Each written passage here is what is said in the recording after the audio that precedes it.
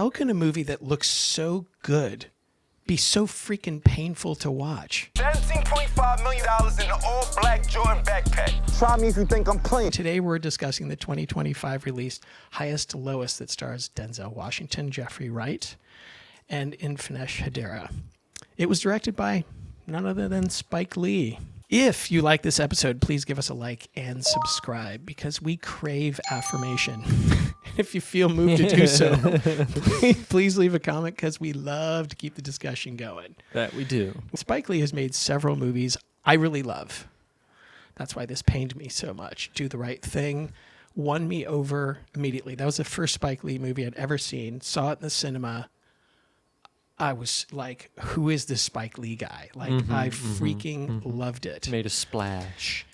25th Hour is one I still recommend to people. Malcolm X, I freaking loved it. Jungle Fever, Black Klansman, all just brilliant work.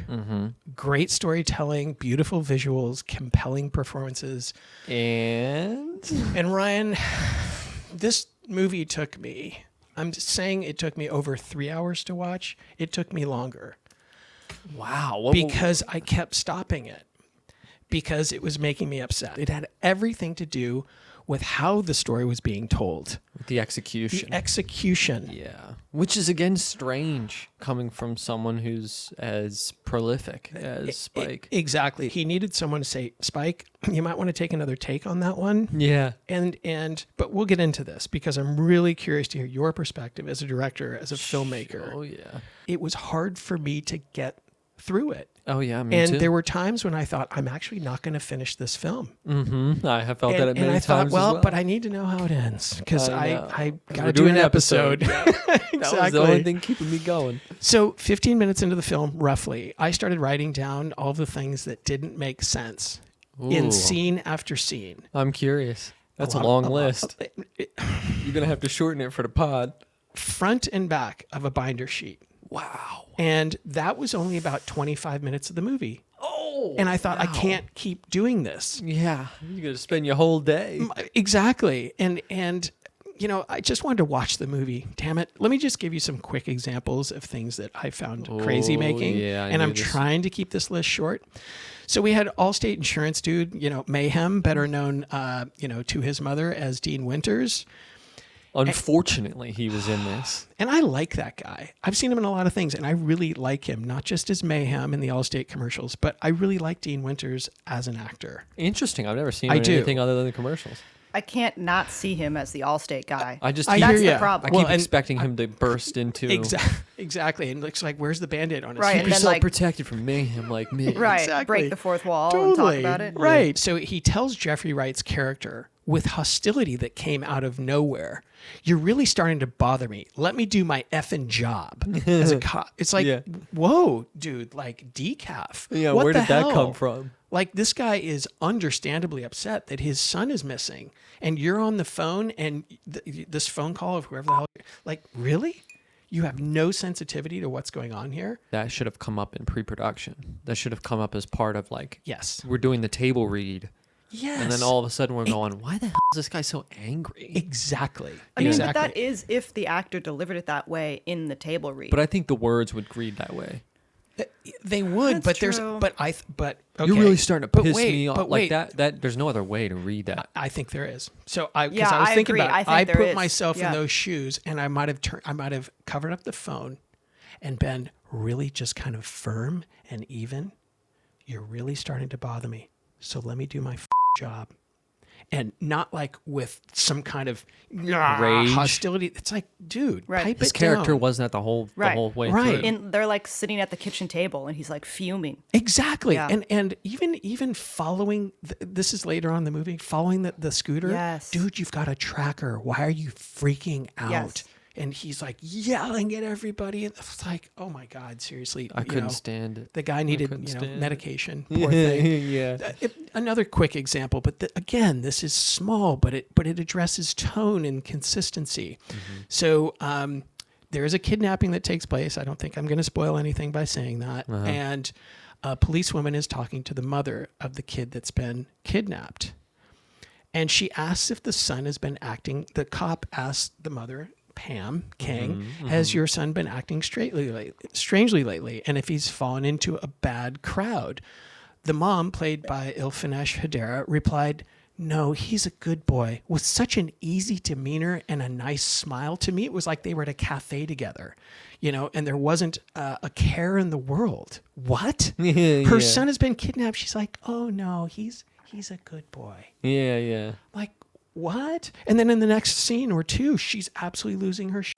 Yeah, it was very strange. It was all over the place to me. We had a conversation recently about how, like, what separates a good movie from a bad movie. A good movie just makes sense. It just has to make sense. That is exactly it. And none of this made sense. Every scene, I could find something. We could watch it, and every scene, I could pause and go, what the is that? See, unfortunately, I was doing that by myself. Yeah, that's why it took you And that's why hours it to took get me through so it. long, because I'd stop it. And I was just thinking, this is Spike Lee. This isn't somebody who's just out of film school. It's almost as if Spike Lee got abducted, and then He's the one who got kidnapped. And then there was a somebody like impersonating him on set. No kidding.